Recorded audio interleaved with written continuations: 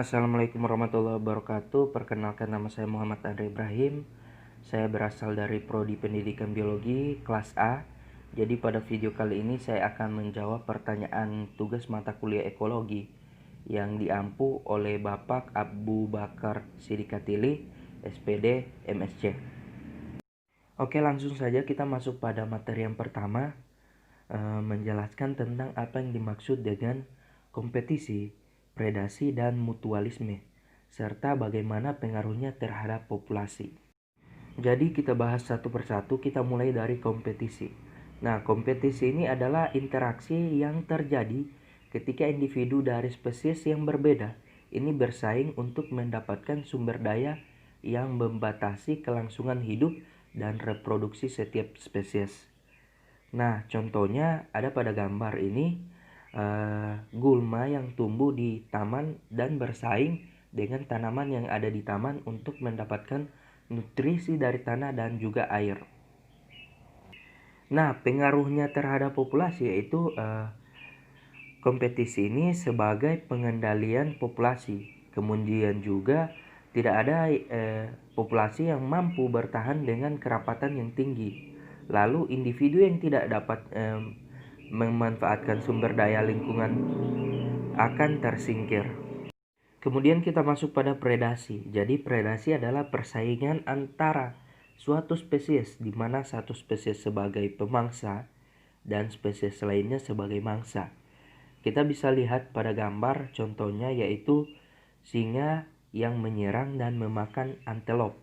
Jadi kita bisa lihat di gambar bahwa singa ini sebagai predator sedangkan antelop ini sebagai mangsanya.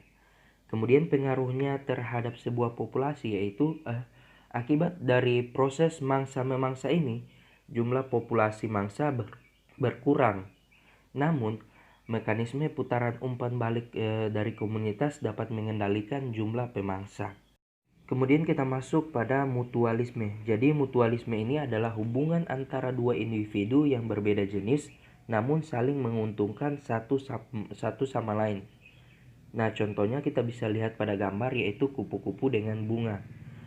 Di sini kita bisa lihat bahwa kupu-kupu memperoleh keuntungan dengan menyerap serbuk sari pada bunga, sedangkan bunga juga memperoleh keuntungan dari kupu-kupu dengan cara membantunya dalam proses penyerbukan. Kemudian pengaruhnya terhadap sebuah populasi yaitu interaksi ini harus ada dalam populasi karena kedua belah pihak ini saling memerlukan satu sama lain. Lalu kita masuk pada soal yang kedua yaitu menurut prinsip pengecualian kompetitif, hal apa yang diharapkan ketika dua spesies dengan relung identik bersaing untuk suatu sumber daya? Jelaskan mengapa. Nah, di sini kita harus pahami dulu apa yang dimaksud dengan prinsip pengecualian kompetitif.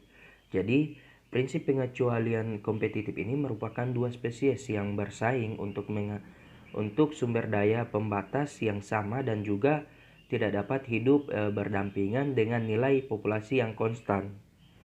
Ketika satu spesies ini memiliki keunggulan yang kecil, maka spesies lainnya akan memiliki keunggulan yang besar sehingga dapat mendominasi dalam jangka waktu yang panjang.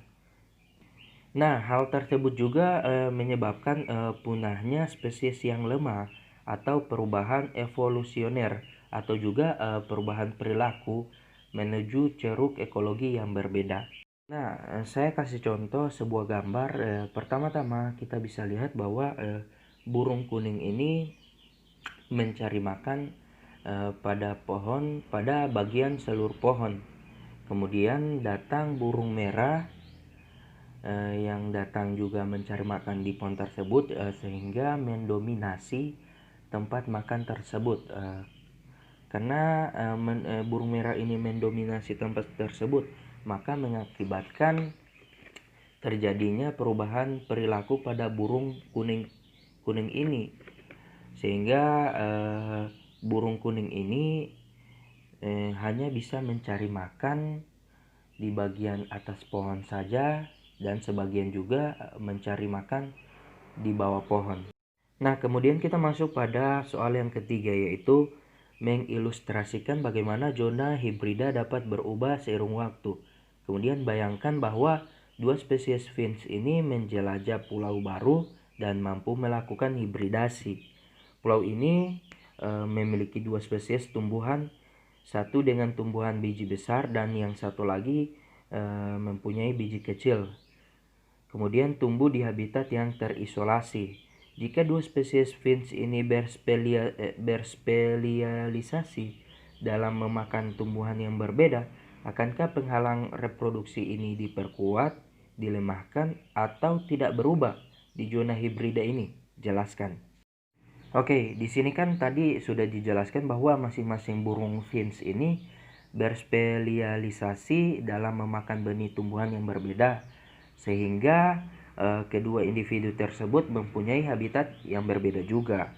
Nah, hal ini yang menyebabkan kedua spesies burung finch ini sulit untuk bersentuhan atau kontak langsung, sehingga memperkuat penghalang reproduksi untuk hibridasi. Itulah pemaparan jawaban dari saya. Sekian dan terima kasih. Assalamualaikum warahmatullahi wabarakatuh.